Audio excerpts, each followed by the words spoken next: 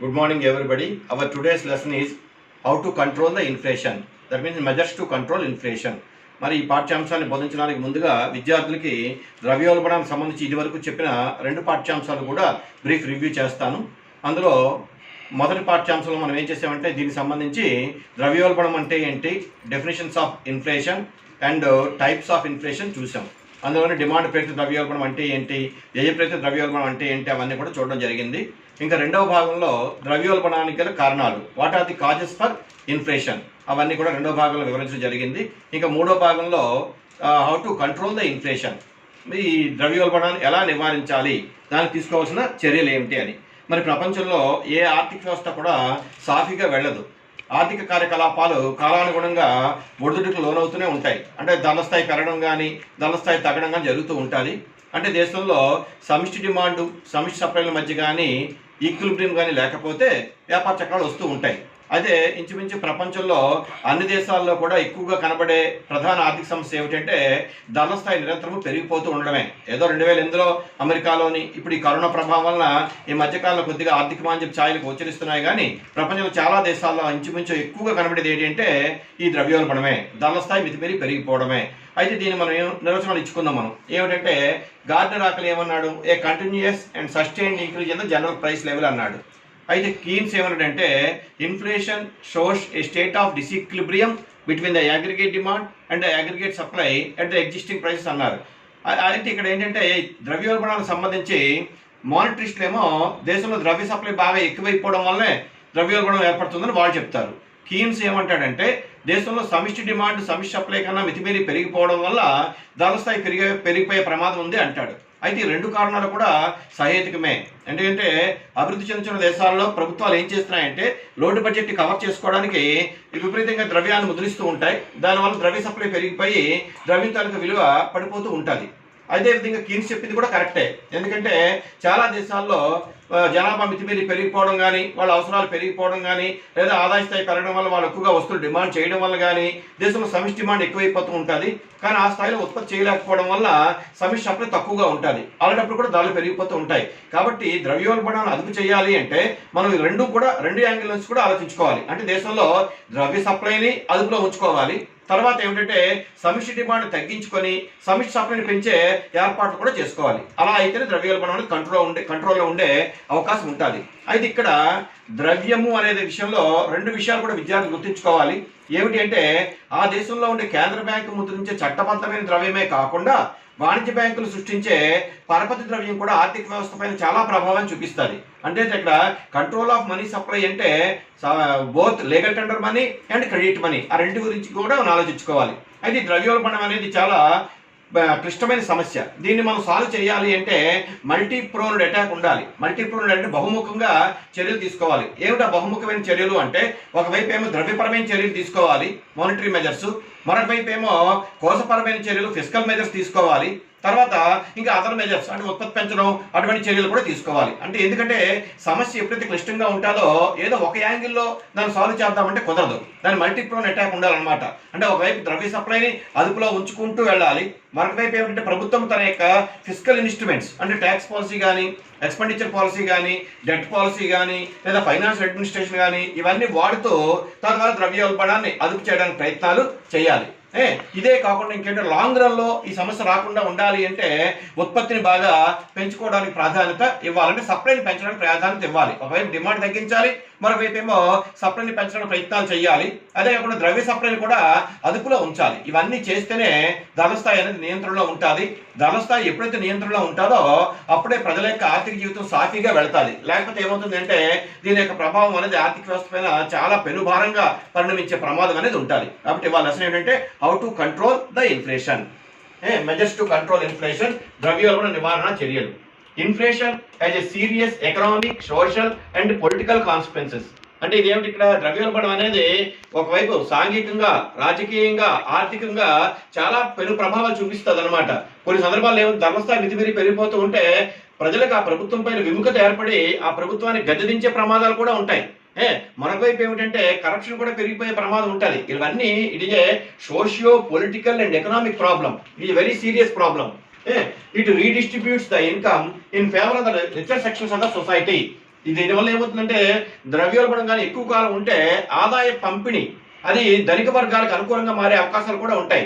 అంటే ముఖ్యంగా real estate పీపుల్కి కానీ ఇండస్ట్రియలిస్టులకు కానీ వీళ్ళకి అనుకూలంగా ఆదాయ పునఃపంపిణీ జరిగే అవకాశాలు కూడా ఉంటాయి.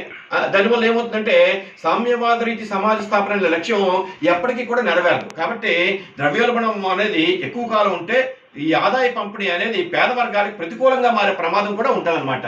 A mild dose of inflation acts like A tonic to the economy. ఆర్థిక వ్యవస్థలో ఎప్పుడు కూడా ఇన్ఫ్లేషన్ ఉండొచ్చు, ఎందుకంటే ధరల స్థాయి నామమాత్రంగా పెరిగితే అది పెట్టుబడిదారులకి ఉత్పత్తిదారులకి లాభదాయకంగా ఉంటుంది. కారణం ఏంటంటే వాళ్ళు ఎక్కువ లాభాలు ఆశించి ఎక్కువగా ఉత్పత్తి చేస్తూ ఉంటారు. కాబట్టి ధరల స్థాయి కొద్దిగా పెరిగితే అదేం పెద్ద నెగిటివ్గా ఏముండదు. కానీ ధరల స్థాయి మితిమీరి పెరిగిపోతే మాత్రం ఏమవుతుందంటే సమిష్టి డిమాండ్ పడిపోయే ప్రమాదం ఉంటుంది. ఎందుకంటే ప్రజలు ఆ ధరల స్థాయిని తట్టుకోలేక వస్తువులు కొనుగోలు చేయక డిమాండ్ తగ్గించేస్తారు. డిమాండ్ ఎప్పుడైతే తగ్గిపోతుందో ఆటోమేటిక్గా ఉత్పత్తిదారులు తమ యొక్క ఉత్పత్తి తగ్గిస్తారు. కొంతకాలానికి షట్ డౌన్ కూడా అయిపోతుంది. ఆర్థిక వ్యవస్థ అంతా కూడా స్తంభించిపోయే ప్రమాదం ఉంటుంది. అంచేత mild dose of rise in the price level is acts like a tonic. But if the prices increases at a faster rate like running inflation or galloping inflation, double digit inflation, triple digit inflation ఉంటే ఏమవుతుందంటే economy అంతా కూడా doldrums లో పడిపోతుంది, debt trap లో కూడా వెళ్ళిపోయే ప్రమాదం ఉంటుంది అనమాట. A mild dose of inflation acts like a tonic to the economy. But a high rate of inflation that is running or galloping has adverse effects on the economy. Adverse effects అంటే ప్రతికూల ఫలితాలు కనిపిస్తాయి అనమాట. Running కానీ galloping inflation కానీ ఉంటాయి. అంటే అర్థమైతే అక్కడ డబుల్ డిజిట్ కానీ ట్రిపుల్ డిజిట్ కానీ ఆల్రెడీ మీకు చెప్పాను నేను. ఏమిటంటే సెకండ్ వరల్డ్ వార్ తర్వాత జర్మనీలోని, ఫస్ట్ వరల్డ్ వార్ తర్వాత ఇటలీలోని ఇలాంటి పరిస్థితి, చైనాలోని ఇలాంటి ప్రతికూల పరిణామాలు సంభవించాయి. కాబట్టి ఏమిటంటే ఈ ద్రవ్యోల్బణం కానీ గ్యాలపింగ్ కానీ రన్నింగ్ కానీ ఉంటే ఆర్థిక వ్యవస్థలో కుదేలైపోయే ప్రమాదాలు కూడా ఉంటాయన్నమాట. The important measures to control inflation can be divided into monetary measures, fiscal measures and other measures. అంటే ఇక్కడ ఏం చేస్తాం మనం, మల్టీప్రోన్ అటాక్ అన్నమాట. అంటే ఒకవైపు ద్రవ్యపరమైన చర్యలు తీసుకోవాలి, మరొక వైపు ఏమిటంటే కోసపరమైన చర్యలు తీసుకోవాలి, మరొక వైపు అంటే ఇతరత్ర అంటే లాంగ్ రన్ లో ఉత్పత్తి పెంచడానికి కూడా ప్రభుత్వాలు చర్యలు తీసుకోవాలి. అయితే మానిటరీ మెజర్స్ అంటే ఏంటి అంటే ద్రవ్య విధానం అంటాం. అసలు మానిటరీ పాలసీ ఏంటి, సింపుల్ గా డెఫినేషన్ ఉంది. అది monetary policy refers to the government policy in the field of currency and credit. Monetary policy refers to the government policy in the field of currency and credit. అంటే ప్రభుత్వము చట్టబద్ధమైన ద్రవ్యాన్ని మరియు పరప ద్రవ్యాన్ని ముద్రించడానికి ఎటువంటి విధానం అవలంబిస్తుందో దాన్ని మనం ఏమంటామంటే ద్రవ్య విధానము అంటాం. అయితే సాధారణంగా ప్రభుత్వం డైరెక్ట్గా ఇక్కడ చేయదు. ప్రతి దేశంలో కూడా ఒక సెంట్రల్ బ్యాంక్, కేంద్ర బ్యాంక్ అనేది ఉంటుంది. ఆ కేంద్ర బ్యాంక్ ద్వారా ప్రభుత్వం ఏం చేస్తుందంటే ఈ ద్రవ్యాన్ని నియంత్రించడానికి ప్రయత్నాలు చేస్తూ ఉంటుంది. ఉదాహరణ మన ఇండియాలో రిజర్వ్ బ్యాంక్ ఆఫ్ ఇండియా, అమెరికాలో ఫెడరల్ రిజర్వ్ సిస్టమ్, ఇంగ్లాండ్లో బ్యాంక్ ఆఫ్ ఇంగ్లాండ్, ఇలాంటి కేంద్ర బ్యాంకులు ఉన్నాయి. ఆ బ్యాంకుల ద్వారా ఆయా ప్రభుత్వాలు ఏం చేస్తూ ఉంటాయంటే ద్రవ్య పరిమాణాన్ని నియంత్రించడానికి ఎప్పుడు కూడా ప్రయత్నాలు చేస్తూ ఉంటాయి అన్నమాట. సో మానిటరీ మెజర్స్ ఏంటో చూద్దాం. ద్రవ్యపరమైన చర్యలు. Monetary policy refers to the government policy in the field of currency and credit. Monetary policy is formulated by the government in consultation with the central bank. Monetary policy government నిర్ణయిస్తుంది కానీ in consultation with the central bank. అందుకే కేంద్ర బ్యాంకులో ఎప్పుడు కూడా నిష్ణాతులైన ఆర్థికవేత్తలనే గవర్నర్గా నియమిస్తారు. ఉదాహరణ రంగరాజన్ ఇటువంటి వాళ్ళందరూ కూడా శక్తికాంత్ దాస్ ప్రెజెంట్ ఉన్నారు. వీళ్ళందరూ కూడా ఎకనామిస్టులు. వీళ్ళని కన్సల్ట్ చేసి ప్రభుత్వం ఏం చేస్తుందంటే క్రమబద్ధమైన లేదా ఒక ఖచ్చితమైన ద్రవ్య విధానాన్ని ఎప్పుడు కూడా రూపొందిస్తూ ఉంటుంది అనమాట. But it is implemented by the central bank only. అంటే కేంద్ర ప్రభుత్వం ఈ ద్రవ్య విధానాన్ని రూపొందించినా అది ఎవరి ద్వారా అమలు చేయబడుతుంది అంటే ఆ దేశంలో ఉండే కేంద్ర బ్యాంక్ ద్వారా అమలు చేయబడుతుంది. అంటే కేంద్ర బ్యాంక్కి అనేక రకాల వెపన్స్ ఉంటాయి. ఏమిటంటే బ్యాంక్ రేటు లేదా open market operations, cash reserve ratio, ఇటువంటి వెపన్స్ ఉంటాయి. ఆ వెపన్స్ ఉపయోగించి కేంద్ర బ్యాంక్ ఏం చేస్తుంటే ద్రవ్యం తాలూకా అంటే పరపతి పరిమాణాన్ని నియంత్రించడానికి ప్రయత్నాలు చేస్తూ ఉంటుంది. These methods include the quantitative and qualitative methods of credit control. అంటే ఆ కేంద్ర బ్యాంక్ ఎటువంటి చర్యలు తీసుకుంటుంది అంటే పరిమాణాత్మక పరపతి నియంత్రణ చర్యలు మరియు గుణాత్మక పరపతి నియంత్రణ చర్యలు రెండు తీసుకుంటుంది అన్నమాట. Quantitative measures and qualitative measures. మరి క్వాంటిటేటివ్ మెజర్స్ అంటే ఏంటి అంటే ద్రవ్య పరిమాణాన్ని తగ్గించడానికి కానీ పెంచడానికి కానీ కేంద్ర బ్యాంక్ తీసుకునే చర్యలనే పరిమాణాత్మక చర్యలు అంటాం. అయితే ఎప్పుడు పెంచాలి ఎప్పుడు తగ్గించాలని దేని బట్టి ఆధారపడుతుందంటే ఆ దేశంలో ఏ పరిస్థితి ఉన్నది, ద్రవ్యోల్బణం ఉన్నదా లేదా ప్రతి ద్రవ్యోల్బణం ఉన్నదో దాన్ని బట్టి రిజర్వ్ బ్యాంక్ ఆఫ్ ఇండియా నిర్ణయాలు తీసుకుంటుంది అనమాట. అలాగే క్వాలిటేటివ్ అంటే ఏంటంటే ద్రవ్యాన్ని ఏ పనుల కోసం ఉపయోగించాలి అంటే పరపతి పరిమాణాన్ని ఎవరికి ఇవ్వాలి, వాళ్ళు ఏ రకంగా దాన్ని వినియోగించాలి అని తీసుకునే చర్యలు ఏమంటామంటే క్వాలిటేటివ్, దాని గుణాత్మక పరపతి నియంత్రణ చర్యలు. ఈ విధంగా కేంద్ర బ్యాంక్ ఏం చేస్తుందంటే ఈ రెండు వెపన్స్ వాడుతుంది. ఒకవైపు ఏమో క్వాంటిటేటివ్ వెపన్స్ వాడుతుంది, మరొక వైపు ఏమో క్వాలిటేటివ్ వెపన్స్ కూడా వాడుతుంది. మరి క్వాంటిటేటివ్ వెపన్స్ లో అంటే పరిమాణాత్మక చర్యలు మనకు 3 ప్రధానంగా ఉంటాయి. ఒకటి ఏమిటంటే బ్యాంక్ రేటు, రెండవది ఏమిటి అంటే ఓపెన్ మార్కెట్ ఆపరేషన్స్, మూడవది ఏమిటి అంటే నగదు నిధి నిష్పత్తిలో మార్పు.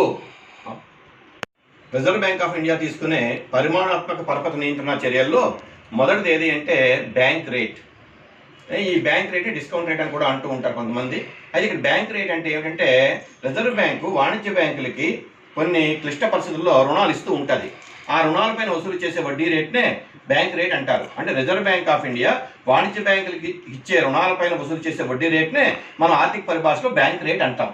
అయితే సాధారణంగా వాణిజ్య బ్యాంకులు ఏం చేస్తూ ఉంటాయంటే రిజర్వ్ బ్యాంకు దగ్గర ఎప్పుడైనా బాగా పీక్ స్టేజ్ల్లో అంటే వ్యవసాయ కార్యకలాపాలు ముమ్మరంగా ఉన్నప్పుడు కానీ లేదా పారిశ్రామికవేత్తలు విపరీతంగా రుణాలు డిమాండ్ చేసినప్పుడు కానీ ఏం చేస్తూ ఉంటాయంటే రుణాలు అంటే వీళ్ళ దగ్గర సరైన ద్రవ్య నిల్వలు కానీ లేకపోతే రిజర్వ్ బ్యాంక్ ఆఫ్ ఇండియా దగ్గరికి వెళ్ళి రుణాలు సమీకరిస్తూ ఉంటాయి. వాటిపైన వసూలు చేసే వడ్డీ రేట్ ఏమంటామంటే బ్యాంక్ రేటు అంటాం. అక్కడ విద్యార్థులు 2 విషయాలు గమనించాలి. ఒకటి బ్యాంక్ రేటు వేరు, వడ్డీ రేటు వేరు. బ్యాంక్ రేట్ అంటే రిజర్వ్ బ్యాంక్ ఆఫ్ ఇండియా వాణిజ్య బ్యాంకులు తీసుకునే రుణాలపైన వసూలు చేసే వడ్డీ రేటుని బ్యాంక్ రేట్ అంటారు. వాణిజ్య బ్యాంకులు ప్రజలకు ఇచ్చే రుణాలపైన లేదా పారిశ్రామికవేత్తలకు ఇచ్చే రుణాలపైన వసూలు చేసేదాన్ని వడ్డీ రేట్ అంటారు. There is a difference between bank rate and rate of interest. అయితే ఇక్కడ ఏమవుతుంది అంటే బ్యాంక్ రేట్ని ఆధారంగా చేసుకునే వాణిజ్య బ్యాంకులు ఏం చేస్తూ ఉంటాయంటే వడ్డీ రేట్ నిర్ణయిస్తూ ఉంటాయి. ఉదాహరణకి భారతదేశంలో అతిపెద్ద కమర్షియల్ బ్యాంక్ ఏది అంటే స్టేట్ బ్యాంక్ ఆఫ్ ఇండియా. ఉదాహరణకు state bank of India reserve bank of India దగ్గర ఒక 500 కోట్ల రూపాయల రుణాన్ని సమీకరిద్దాం అనుకుందాం. దానిపైన దేశంలో కేంద్ర బ్యాంక్ అప్పుడు ఆర్థిక పరిస్థితిని బట్టి బ్యాంక్ రేట్ నిర్ణయిస్తుంది. ఉదాహరణకి దేశంలో ద్రవ్యోల్బణం ఉన్నది అనుకుందాం. ద్రవ్యోల్బణం ఉన్నప్పుడు ఏమవ్వాలి, ప్రజల దగ్గర ద్రవ్య సప్లైని బాగా తగ్గించాలి. లేనప్పుడు ఏమవుతుంది అంటే విపరీతంగా మార్కెట్లో డిమాండ్ పెరిగే అవకాశాలు ఉంటాయి. అప్పుడు ఏం చేస్తుందంటే రిజర్వ్ బ్యాంక్ ఆఫ్ ఇండియా అంతకుముందు ఉదాహరణకి బ్యాంక్ రేట్ కేవలము ఒక 6% ఉందనుకుందాం. 6% ఉన్నప్పుడు వెంటనే స్టేట్ బ్యాంక్ ఆఫ్ ఇండియాకి 6% అప్పులు ఇచ్చేదల్లా ఏముంటుంది, దేశంలో ద్రవ్యోల్బణం ఉన్నది కాబట్టి ఈ వాణిజ్య బ్యాంకులు ప్రజలకు ఇచ్చే రుణాల పరిమాణం తగ్గించాలనే ఉద్దేశంతో ఏం చేస్తున్నాయంటే 8% చేస్తుంది. ఇప్పుడు ఎప్పుడైతే 8% చేసిందో reserve bank of India, state bank of India తాను ప్రజలకు ఇచ్చే రుణాల పైన అంతకుముందు 6% ఉండేటప్పుడేమో ఇవి 8% ప్రజలకు రుణాలకు ఇచ్చేవి. ఎప్పుడైతే రిజర్వ్ బ్యాంక్ ఆఫ్ ఇండియా 6% నుంచి 8% పెంచిందో వెంటనే స్టేట్ బ్యాంక్ ఆఫ్ ఇండియా ఏం చేస్తుంది, ప్రజలకు ఇచ్చే రుణాల పైన వడ్డీ రేట్ని 8% నుంచి 10% పెంచుతుంది. ఎప్పుడైతే ప్రజలకు ఇచ్చే రుణాలపైన వడ్డీ రేటు పెరిగిందో ప్రజలు ఏం చేస్తూ ఉంటారంటే రుణాలు తీసుకోవడానికి కొంచెం వెనకంజ వేస్తారు. ఎందుకంటే వడ్డీ రేటు పెరిగిపోతూ ఉంటే ప్రజలు ఎవరు కూడా ముందుకు రారు. అంచేదేంటి, ప్రజలు ఎప్పుడైతే తమ యొక్క రుణాలు తీసుకోవడం తగ్గిస్తారో ఆటోమేటిక్ ఏముంది, దేశంలో ద్రవ్య సప్లై తగ్గే అవకాశాలు ఉంటాయి. ఈ విధంగా రిజర్వ్ బ్యాంక్ ఆఫ్ ఇండియా ఏం చేస్తుంది అంటే దేశ ఆర్థిక పరిస్థితిని బట్టి అంటే ద్రవ్యోల్బణం ఉందా, ప్రతి ద్రవ్యోల్బణం ఉందా చూసుకొని కొన్ని సందర్భాల్లో ముఖ్యంగా ద్రవ్యోల్బణ కాలంలో ఏం చేస్తుంది అంటే బ్యాంక్ రేటు పెంచుతుంది. ఎప్పుడైతే reserve bank of India bank rate పెంచుతుందో వెంటనే వాణిజ్య బ్యాంకులు ఏం చేస్తాయంటే తాము ప్రజలకు ఇచ్చే రుణాలపైన వడ్డీ రేటు కూడా పెంచేస్తాయి.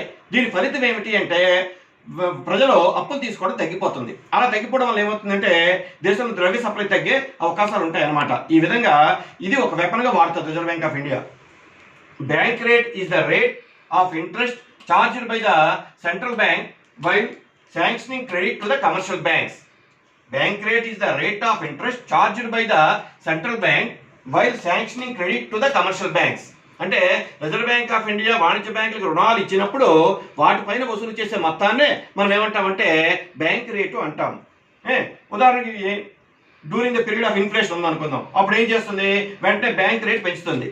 బ్యాంక్ రేట్ పెంచినప్పుడు ఏమవుతుందంటే ఆటోమేటిక్గా కమర్షియల్ బ్యాంక్స్ ఏం చేస్తాయంటే తాము ప్రజలకు ఇచ్చే రుణాలపైన రేట్ ఆఫ్ ఇంట్రెస్ట్ కూడా పెంచేస్తాయి. ఎప్పుడైతే రేట్ ఆఫ్ ఇంట్రెస్ట్ పెరిగిందో బారోయింగ్స్ ఆర్ రిస్ట్రిక్టెడ్, అంటే ప్రజలు అప్పులు తీసుకోవడం బాగా తగ్గించేస్తారు. తగ్గించడం వల్ల ఏమవుతుంది, ఆటోమేటిక్గా దేశంలో ద్రవ్య సప్లై తగ్గే అవకాశాలు ఉంటాయి. In the same way if there is a deflationary tendencies in the economy, అంటే ఆర్థిక వ్యవస్థలో ప్రతి ద్రవ్యోల్బణ పరిస్థితులు ఉన్నాయి, అంటే ఆర్థిక మాంద్యం వచ్చే ప్రమాదం ఉన్నది. అటువంటిప్పుడు ఏం చేయాలి, దేశంలో ద్రవ్య సప్లైని పెంచాలి. అప్పుడు ఏం చేస్తుందంటే reserve bank of India bank rate తగ్గిస్తుంది. బ్యాంక్ రేట్ తగ్గించినప్పుడు వెంటనే వాణిజ్య బ్యాంకులు ఏం చేస్తాయంటే ప్రజలకు తాము ఇచ్చే రుణాలపైన వసూలు చేసే వడ్డీ రేటు కూడా తగ్గిస్తాయి. దానివల్ల ఏమవుతుందంటే బారోయింగ్స్ విల్ ఇంక్రీజ్, అంటే ప్రజలు అప్పు తీసుకోవడం ఎక్కువ అవుతుంది. దానివల్ల ఏమవుతుందంటే దేశంలో ద్రవ్య సప్లై పెరుగుతుంది.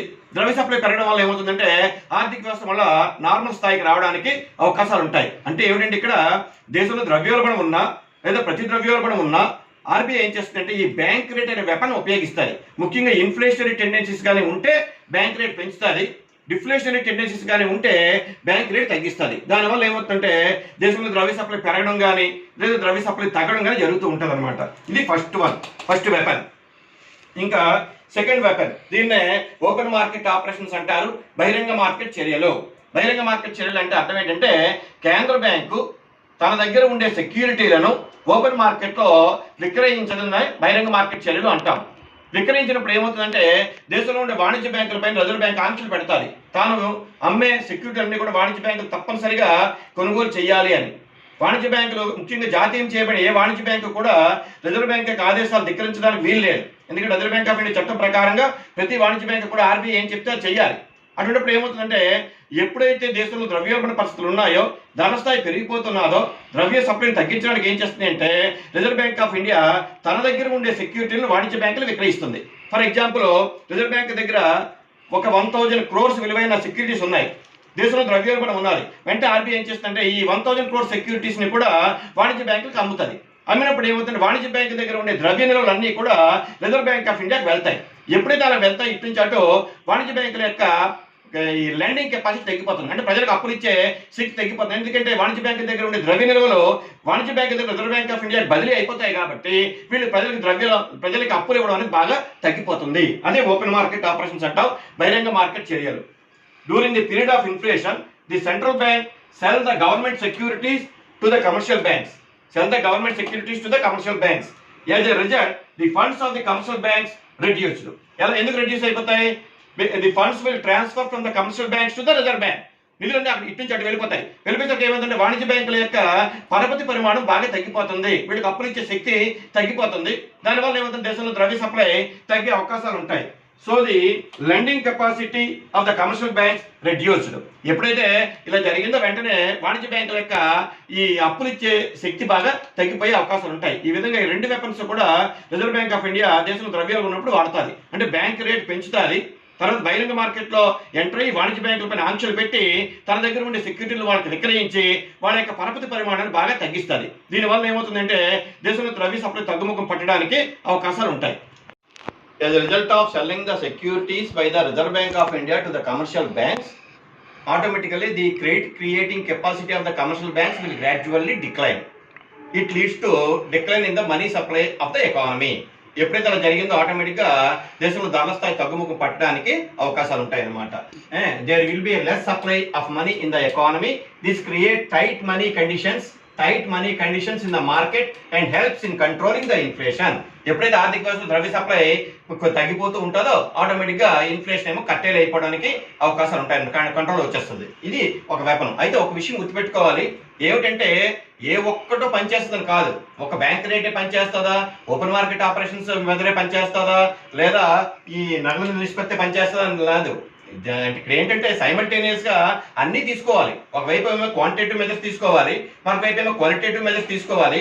దీనికి సైడ్ బై సైడ్గా ఫిస్కల్ పాలసీని కూడా వాడాలి. ఇవన్నీ వాడితేనే దేశంలో ద్రవ్యోల్బణం అదుపులో ఉండడానికి అవకాశాలు ఉంటాయి. ఎందుకంటే ఇది వెరీ సీరియస్ ప్రాబ్లం కాబట్టి ప్రభుత్వం కోస్త విధానాలు వాడాలి, తర్వాత ద్రవ్యపరమైన విధానాలు వాడాలి. అన్ని సైమల్టేనియస్గా ఏది ఎంత వాడాలో నిర్ణయించుకొని ఆ స్థాయిలో వాడితే ద్రవ్యోల్బణం తగ్గుముఖం పట్టే అవకాశాలు ఉంటాయి అన్నమాట. ఇంకా థర్డ్ మెజర్ ఏది, third weapon of the reserve bank of India weapon అంటున్నాం, లేదా థర్డ్ మెజర్. అదేంటంటే నగదు నిధి నిష్పత్తి లేదా నగదు నిల్వల నిష్పత్తి అంటారు. Cash reserve ratio.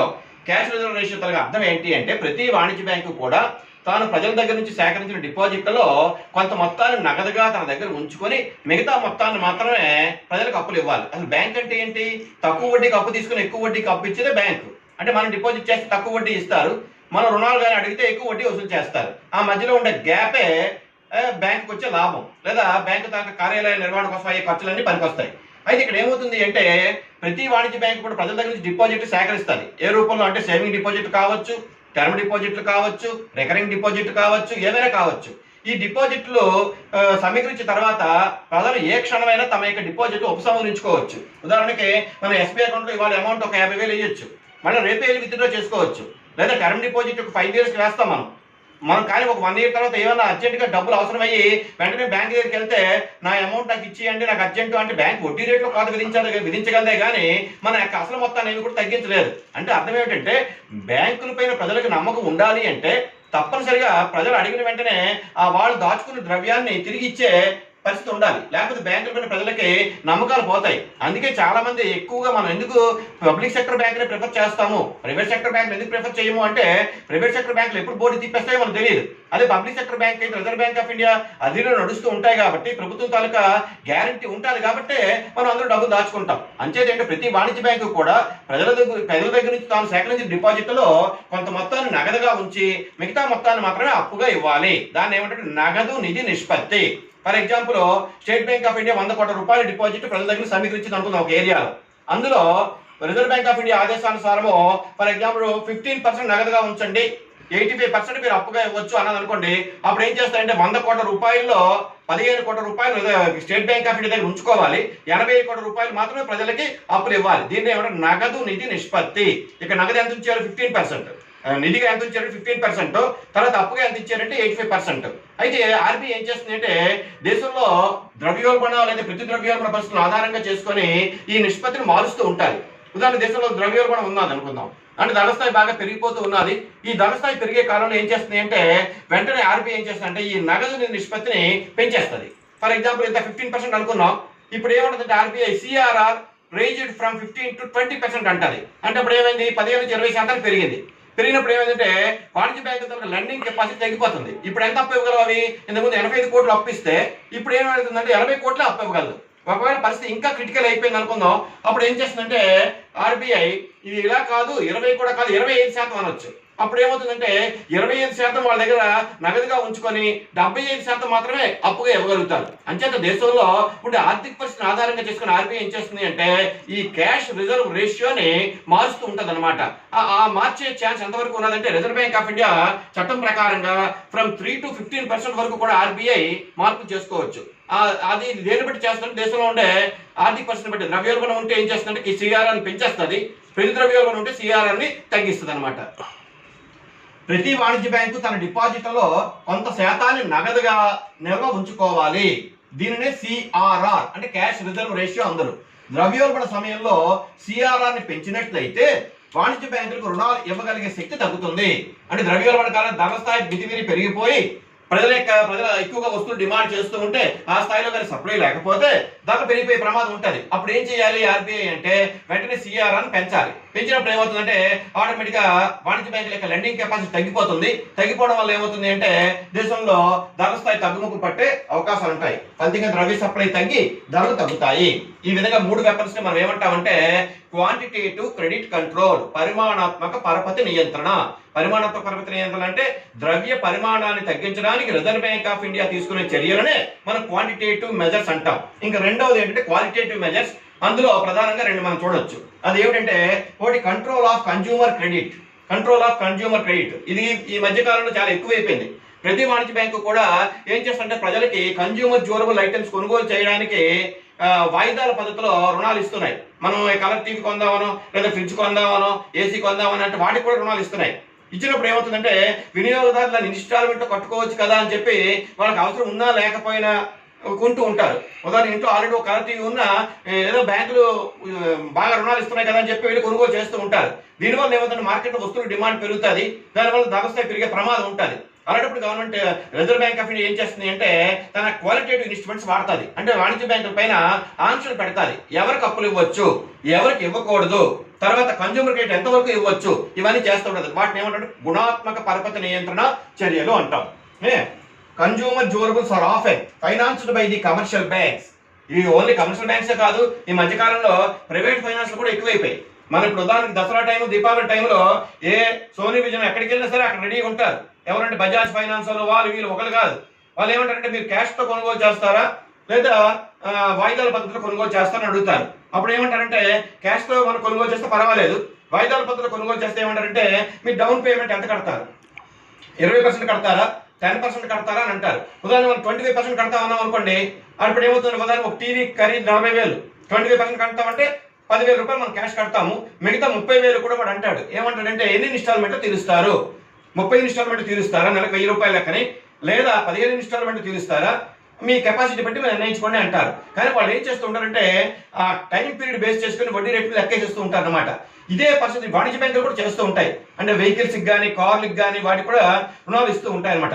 దానివల్ల ఏమవుతుందంటే ప్రజలకు ఎప్పుడైతే ఈ విధంగా ఇటువంటి సదుపాయాలు ఉన్నాయో వాళ్ళ అవసరం ఉన్నా లేకపోయినా వస్తువులు కొనుగోలు చేస్తూ ఉంటారు. దానివల్ల ద్రవ్యోల్బణం ఏర్పడే ప్రమాదం ఉంది. అప్పుడు ఏం చేయాలో చూద్దాం. By restricting consumer credit inflation can be controlled. ఎలా రిస్ట్రిక్ట్ చేయగలదు అంటే raising the down payment. Second one reducing the number of instalments. For example car కొందామని వెళ్ళాం, 10 lakhs దాని ఖరీదు చెప్పాడు. బ్యాంక్ వెళ్తే కార్ లోన్ ఇస్తామన్నారు. అందుకుందు ఏమిటంటే 10% మీ దగ్గర ఉంటే చాలు డౌన్ పేమెంట్, మిగతా 90% లోన్ ఇస్తామన్నారు. ఇప్పుడు బ్యాంక్ ఎప్పుడైతే దేశం ద్రవ్యోల్బణం ఉందో ఆర్బీఐ ఆదేశాల ప్రకారంగా ఏమన్నదంటే 25% డౌన్ పేమెంట్ ఉంటే మీ దగ్గర మిగతా 75% లోన్ ఇస్తామన్నది అనుకోండి. అప్పుడు కారు కొనాలనుకున్న వాళ్ళు కూడా జంకుతారు. ఎందుకు జంకుతారంటే వాళ్ళ దగ్గర డబ్బులు ఉండవు. కాబట్టి ఇక్కడ ఏం చేయాలంటే రైజింగ్ ద డౌన్ పేమెంట్ పెంచేయాలి. తర్వాత reducing the number of instalments, వాయిదాల యొక్క సంఖ్యని బాగా తగ్గించేయాలి. వాయిదాల యొక్క సంఖ్య తగ్గిస్తే ఏమవుతుంది, వాయిదా పరిమాణం పెరుగుతుంది. దానివల్ల వాళ్ళు ఆలోచిస్తారు నేను ఇంత వాయిదా చెల్లించలేమని. అప్పుడు కూడా వాళ్ళు వెనకంజ వేస్తారు అన్నమాట. ఈ విధంగా ఇటువంటి చర్యలు ఏమంటామంటే గుణాత్మక పరపతి నియంత్రణ చర్యలు అంటాం. తర్వాత మార్జిన్లు పెంచడం. ఈ మార్జిన్లు అంటే ఏంటో చూద్దాం. ఇక్కడ మార్జిన్లు అంటే ఏంటంటే ఉదాహరణకి మనకి ఏమన్నా రుణాలు కావాల్సి వచ్చినప్పుడు వాణిజ్య బ్యాంకులు ఏం చేస్తాయంటే గోల్డ్ తాకట్టు పెట్టుకొని కానీ, లేదా విలువైన ఆస్తి పత్రాలు అంటే పొలం పత్రాలు కానీ ఇంటి పత్రాలు కానీ తాకట్టు పెట్టుకొని అప్పులు ఇస్తూ ఉంటాయి. అప్పులు ఇచ్చినప్పుడు కొంతమంది ఏం చేస్తూ ఉంటారంటే ఏదో వివాహాల శుభకార్యాల కోసమో లేదా మెచ్యూరిటీ ఫంక్షన్స్ కోసం వాటి కోసమో పుట్టుట్టే అనుత్పాదకం చేస్తూ ఉంటారు, ఆడంబర వినియోగం చేస్తూ ఉంటారు. వాళ్ళని కంట్రోల్ చేయాలంటే ఏం చేయాలి అంటే వాళ్ళు తాకట్టు పెట్టుకునే వస్తువు తాలూకా విలువలో ఏం చేయాలంటే మార్జిన్లు పెంచేయాలి బాగాను. అంతకుముందు ఏమిటంటే మనం ఉదాహరణకి 1,00,000 రూపాయలు విలువైన ఆస్తి పత్రాలు తీసుకెళ్ళాం. అంతకుముందు ఏం చేసేవారంటే వాణిజ్య బ్యాంకులో అందులో కొంత అమౌంట్ మార్జిన్ నిర్ణయించుకొని మిగతాదేమో అప్పులు ఇచ్చేవారు. అంటే 1,00,000 రూపాయలకి ఏం చేసేవారంటే మీకు ఇందులో అంతా రాదని 60% వస్తుంది అన్నారు. అంటే 60,000 రూపాయలు మన రుణం వస్తుంది. ఇప్పుడు ఏమంటారంటే ఎప్పుడైతే దేశం ద్రవ్యోల్బణం ఉందో వాళ్ళు అప్పు తీసుకోకుండా ఉండాలి అంటే ఏం చేయాలి అంటే వెంటనే పెంచేస్తారు. ఏం చేస్తారంటే వెంటనే ఆటోమేటిక్గా ఆ పరిమాణాన్ని మార్చేస్తారనమాట. మార్చడం వల్ల ఏమవుతుందంటే వీళ్ళు అప్పు తీసుకోవడం అనేది తగ్గిపోతుంది. ఆ విధంగా మార్జిన్లు పెంచడం. వాణిజ్య బ్యాంకులు బంగారాన్ని లేదా స్థిరాస్తులను హామీగా పెట్టుకొని మిగిలిన దాని మీద రుణాలు ఇస్తాయి. మార్జిన్ శాతం పెంచిన కొద్దీ అంటే మార్జిన్ శాతం పెరిగిన కొద్దీ ఇవ్వవలసిన రుణం తగ్గిపోతుంది. మార్జిన్ శాతం పెరిగిన కొద్దీ ఇవ్వాల్సిన రుణం తగ్గిపోతుంది. తద్వారా ధరల పెరుగుదల తగ్గించవచ్చును. అంటే ప్రజలు ఆడంబర వినియోగం చేస్తున్నారు, అనుత్పాదకం చేస్తున్నారు అనుకున్నప్పుడు ఏం చేయాలి అంటే ఈ పద్ధతులు వాడతారు. ఏంటి raising the down payments and reducing the instalments, తర్వాత మార్జిన్లు పెంచేయడం. ఇలా చేయడం వల్ల ఏమవుతుందంటే ఆటోమేటిక్గా ప్రజలు అప్పులు తీసుకోవడం బాగా తగ్గిస్తారనమాట. ఈ విధంగా ద్రవ్యోల్బణాన్ని అదుపు చేయడానికి రిజర్వ్ బ్యాంక్ ఆఫ్ ఇండియా ఒకవైపు ఈ పరిమాణాత్మక పరపతి నియంత్రణ చర్యలు అంటే బ్యాంక్ రేట్లు మార్చడం కానీ, లేదా బహిరంగ మార్కెట్ చర్యలు కానీ, లేదా నగదు నిష్పత్తిని మార్చడం కానీ చేస్తుంది. మరోవైపేమో కన్జ్యూమర్ క్రెడిట్ కంట్రోల్ చేస్తుంది. ఏ విధంగా కంట్రోల్ చేస్తుందని డౌన్ పేమెంట్లో పెంచేయడం కానీ, ఇన్స్టాల్మెంట్ తగ్గించడం కానీ, లేదా మార్జిన్లు పెంచడం కానీ ఇలా చేసి ఏం చేస్తుంది అంటే ప్రజల యొక్క ఆడంబర వినియోగాన్ని, అనవసర వినియోగాన్ని తగ్గించి మార్కెట్లో సమిష్టి డిమాండ్ తగ్గించడానికి ప్రయత్నాలు చేస్తుంది. అయితే ఈ ఒక్క ప్రయత్నమే సరిపోతుందా అంటే చాలు. దీనితో ఇంకా ఏం చేయాలి అంటే మానిటరీ మెజర్స్ అనుబంధంగా ఫిస్కల్ మెజర్స్ కూడా తీసుకోవాల్సిన అవసరం ఉంది. వాటిని మనం ఫిస్కల్ మెజర్స్ కోసపరమైన చర్యలు అంటాం. ద్రవ్యోల్బణాన్ని అదుపు చేయడానికి ద్రవ్యపరమైన చర్యలు ఎంత ఇంపార్టెంటో కోసపరమైన చర్యలు కూడా అంతే ఇంపార్టెంట్. మరి కోసపరమైన చర్యలు వీటిని ఫిస్కల్ మెజర్స్ అంటాము. ఫిస్కల్ మెజర్స్లో దేర్ ఆర్ 3 మెయిన్ ఇంగ్రీడియంట్స్, 3 భాగాలు ఉంటాయి. 1 ఈజ్ ట్యాక్స్ పాలసీ, పన్నుల విధానము. 2 ఎక్స్పెండిచర్ పాలసీ, వ్యయ విధానము. 3వదేమో డెట్ పాలసీ, రుణ విధానము. దీనితో ఫైనాన్షియల్ అడ్మినిస్ట్రేషన్, విత్త పరిపాలన కూడా ఉంటుంది. అంటే ఇక్కడ గవర్నమెంట్ ఏం చేస్తుంది అంటే ఒకవైపు సెంట్రల్ బ్యాంక్ ఆదేశాలు ఇచ్చి ద్రవ్యపరమైన చర్యలు అమలు చేస్తుంది, మరొక వైపు తన పరిధిలో ఉండే ఈ 3 విధానాలు కూడా అవలంబిస్తుంది. Tax policy, expenditure policy and debt policy. అవేంటో చూద్దాం. ఇది ఫిస్కల్ పాలసీకి ఆర్థర్ స్మితీస్ అనే ఒక ఆర్థికవేత్త మంచి డెఫినేషన్ ఇచ్చాడు. ఏమిటి అంటే a policy under which the government uses its expenditure and revenue programmes to produce desirable effects and avoid undesirable effects on national income and employment. అంటే ఏమిటి ఇక్కడ ప్రభుత్వం తన కోస విధానాల ద్వారా ఆర్థిక వ్యవస్థలో ప్రధాన చలాంకాలైన జాతీయ ఆదాయం, ఉద్యోగిత పైన అనుకూల ప్రభావాలకి కూడా కోస విధానం వాడతారు. ప్రతికూల ప్రభావాలు కూడా కోస విధానం వాడచ్చు కొన్ని సందర్భాల్లో. అంటే ఏంటంటే ద్రవ్యోల్బణం ఉందా, ప్రతి ద్రవ్యోల్బణం ఉందా అని దాన్ని బట్టే ఈ పన్నుల విధానాన్ని, వ్యయ విధానాన్ని, రుణ విధానాన్ని గవర్నమెంట్ మారుస్తూ ఉంటుంది అనమాట. A policy under which the government uses its expenditure and revenue programmes to produce desirable effects and avoid undesirable effects on national income and employment. National income and employment తో అన్ని చలాంకాలు ముడిపడి ఉంటాయి. నేషనల్ ఇన్కమ్ ఎంప్లాయ్మెంట్ తో జాతీయ ఉత్పత్తి ముడిపడి ఉంటుంది, ప్రజల వినియోగము, ప్రజల పొదుపు, పెట్టుబడి, మూలధన సంచయనం ఇవన్నీ కూడా లింక్ అయి ఉంటాయి. కాబట్టి వాటిపైన ఎలాంటి ప్రభావాలు చూపిస్తే చూద్దాం. అందులో the 3 ingredients of the fiscal policy are first one tax policy, second one is expenditure policy వ్యయ విధానము, థర్డ్ వన్ ఈ జట్ పాలసీ రుణ విధానము, నాలుగోది ఏమిటంటే financial administration. It includes financial administration also. ఈ నాలుగు కూడా కోశ విధానంలో అంతర్భాగంగా చెప్తూ ఉంటాం. మెయిన్ ఏమిటంటే మూడే: tax policy, expenditure policy and debt policy. మరి ట్యాక్స్ పాలసీ అనేది అది నిజంగా చెప్పాలంటే అది పెద్ద వెపన్. అది ప్రభుత్వాలు ఏం చేస్తాయంటే ట్యాక్స్ పాలసీని కొన్ని సందర్భాలు ఇండిస్క్రిమినేట్ గా కూడా వాడుతూ ఉంటాయి. ఆర్థిక కార్యకలాపాన్ని క్రమబద్ధం చేయడానికి ఇండిస్క్రిమినేట్ గా వాడుతూ ఉంటాయి. ఉదాహరణ భారతదేశంలో ఆర్థిక అసమానతలు చాలా ఎక్కువగా ఉన్నాయి. ధనవంతులకు ఆదాయం రోజు రోజుకి పెరిగిపోతుంది, పేదవాళ్ళు అలాగే ఉంటున్నారు. వాళ్ళ మధ్య అంతరాలు తగ్గించడానికి ఏం చేస్తారు ప్రభుత్వము? పురోగామి పన్నుల విధానం, ప్రోగ్రెసివ్ టాక్సేషన్ అవలంబిస్తున్నది. అంటే ఏంటి? ఎక్కువ ఆదాయం ఉన్న వాటిపైనేమో ఎక్కువ రేటు ట్యాక్స్ వేయడం, తక్కువ ఆదాయం ఉన్న వాటిపైన తక్కువ రేటు ట్యాక్స్ వేయడం. లేదా ధనవంతులు వాడే విలాస వస్తువులపైన హై రేట్ ఆఫ్ టాక్సేషన్, పేదవాళ్ళు వాడే నిత్యావసర వస్తువులపైన tax exemption, middle class middle class people వాడే వస్తువులపైన మాదిరిగా ట్యాక్స్ వేయడం. ఇలా గవర్నమెంట్ ఏం చేస్తుంది అంటే ఇండిస్క్రిమినేట్ గా ట్యాక్స్ పాలసీని వాడేస్తుంది. అది దేని బట్టి ఆధారపడుతుంది అంటే లక్ష్యాలు ఉంటాయి అక్కడ. అంటే దేశంలో సామాజిక అంటే సమసమాజ స్థాపన నెలకొల్పాలని, ఆర్థిక అసమానతలు తగ్గించాలని, వ్యాపార చక్రాలు నివారించాలని అని కొన్ని లక్ష్యాలు ఉంటాయి. ఆ లక్ష్యాలకు అనుకూలంగా గవర్నమెంట్ ఏం చేస్తుంది అంటే ట్యాక్స్ పాలసీని ఒక వెపన్ గా వాడుతూ ఉంటుంది. అది చూద్దాం ఇక్కడ.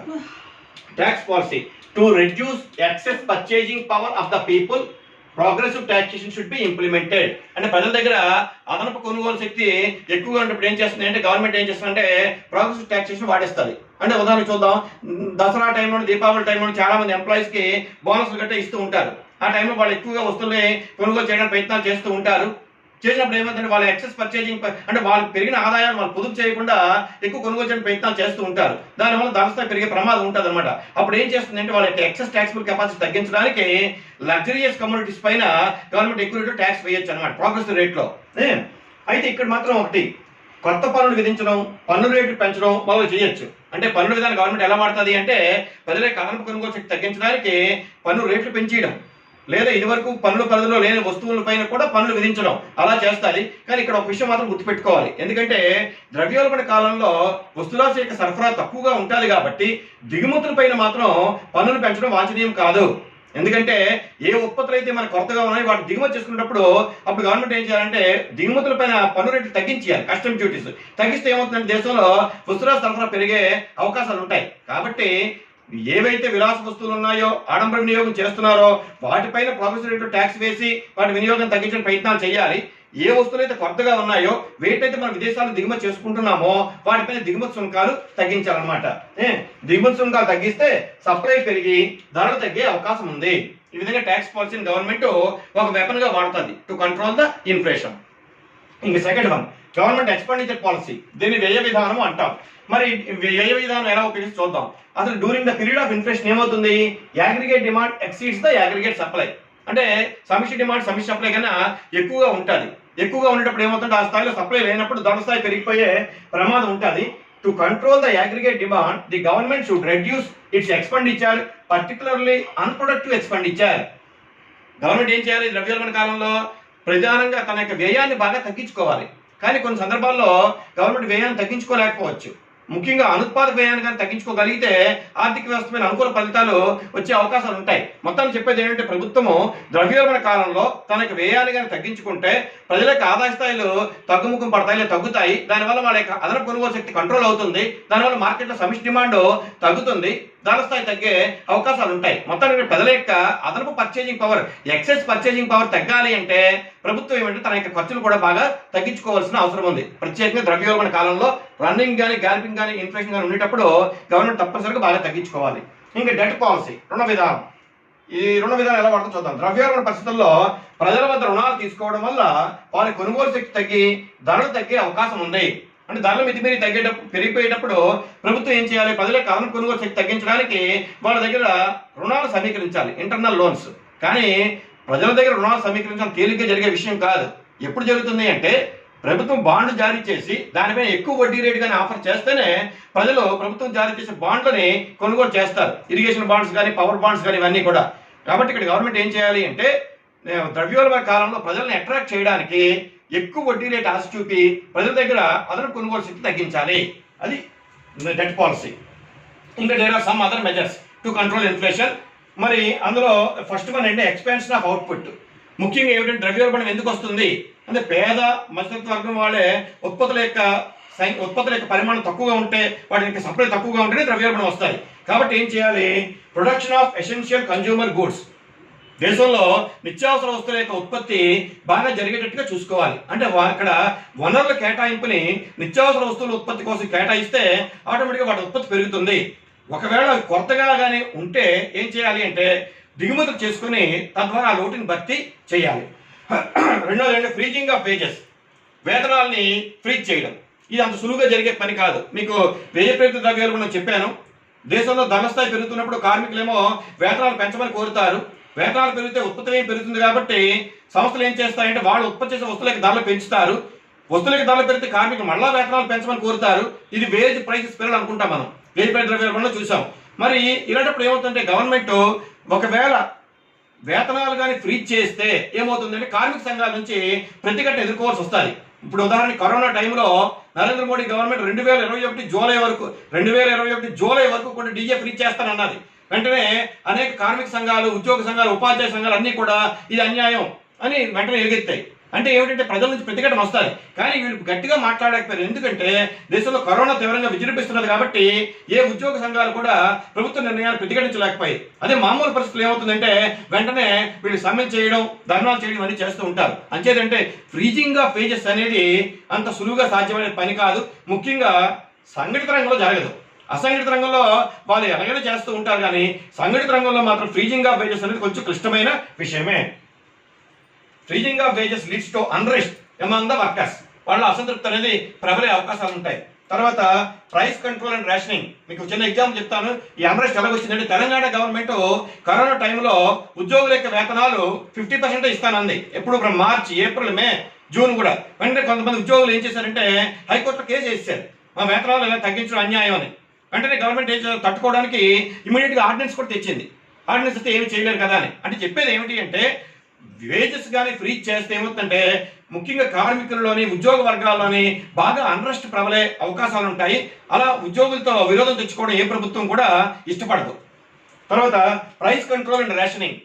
ఇప్పుడు ద్రవ్యోల్బణం ఎందుకు వచ్చింది అంటే ధరల స్థాయి మితిమీరి పెరిగిపోతున్నది. కాబట్టి ఏం చేయాలి? ధరల స్థాయిని నియంత్రించాలి.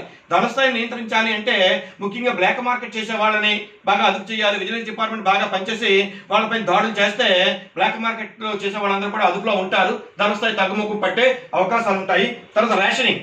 ముఖ్యంగా నిత్యావసర వస్తువుల్ని బహిరంగ మార్కెట్ పేద ప్రజానికి కొనుగోలు చేయలేకపోతున్నారు. కాబట్టి వాళ్ళకి గవర్నమెంట్ రేషన్ కార్డ్స్ పైన ఏదో ఈ మధ్యన మనం అనేక అంత్యోదయ, అన్న యోజన పథకాలు చూసాం. ఆ పథకాల ద్వారా ప్రభుత్వం ఏం చేయాలంటే నిత్యావసర వస్తువులను ముఖ్యంగా రైస్ కానీ, వీట్ కానీ, పల్సెస్ కానీ ఇవన్నీ చౌక ధరలకు కానీ అందిస్తే ఆటోమేటిక్గా కొంచెం ధరల స్థాయి తగ్గుముఖం పట్టే అవకాశాలు ఉంటాయి. ఈ విధంగా ద్రవ్యోల్బణాన్ని అదుపు చేయాలి అంటే బహుముఖ స్ట్రాటజీ, మల్టీప్రోన్ స్ట్రాటజీ అనేది అవసరమే. ఒకవైపు ద్రవ్యపరమైన చర్యలు తీసుకోవాలి, మరొకవైపు కోసపరమైన చర్యలు తీసుకోవాలి, మరియు దేశంలో లాంగ్ రన్లో ఉత్పత్తి పెంచడానికి కూడా ప్రభుత్వాలు ప్రయత్నాలు చేయాలి. మరి ఎన్ని చేసినా ఒకసారి ధనస్థాయి అదుపులో ఉండలేనప్పుడు ఏమైనా ప్రజలు ఇబ్బంది పడుతూనే ఉంటారు. అయితే ఇది కాలానుగుణంగా ఇది జరిగే ప్రక్రియ. మొత్తానికి ఏంటంటే ద్రవ్యోల్బణం అనేది it is a very serious problem. It should be curtailed at the beginning stage. అది ఎప్పుడైతే ధనస్థాయి పెరుగుతూ ఉండదో అప్పుడే గవర్నమెంట్ జాగ్రత్తగా ఇమీడియట్గా పటిష్టమైన చర్యలు కానీ తీసుకోగలిగితే అది అదుపులో ఉంటుంది. లేకపోతే ఏమవుతుందంటే గ్రాడ్యువల్గా వాకింగ్ ఇన్ఫ్లేషన్ ఏమో రన్నింగ్ ఇన్ఫ్లేషన్ అయిపోతుంది, రన్నింగ్ ఇన్ఫ్లేషన్ ఏమో గ్యాలపింగ్ ఇన్ఫ్లేషన్ అయిపోతుంది. అలాగైపోతే మొత్తం ఆర్థిక వ్యవస్థ అంతా కూడా చిన్నాభిన్నం అయిపోయే ప్రమాదం ఉంటుంది. అలా జరగకుండా ఉండాలి అంటే ప్రభుత్వాలు పటిష్టమైన చర్యలు తీసుకోవాలి. దానికి ప్రజలు కూడా తమ యొక్క సహకారాన్ని కూడా అందించాలి.